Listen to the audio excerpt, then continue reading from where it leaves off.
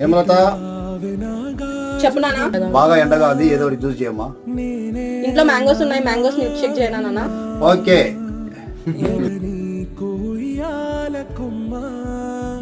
నిన్ను పే చెయ్యే ప్రేమ వాలిబా ఈ గుండెపై నే ఆడుగో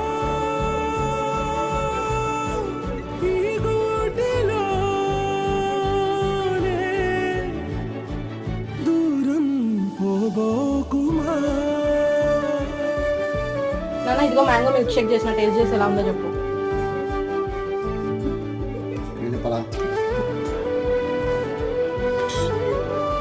ఎట్లుంది చెప్పు. సూపర్.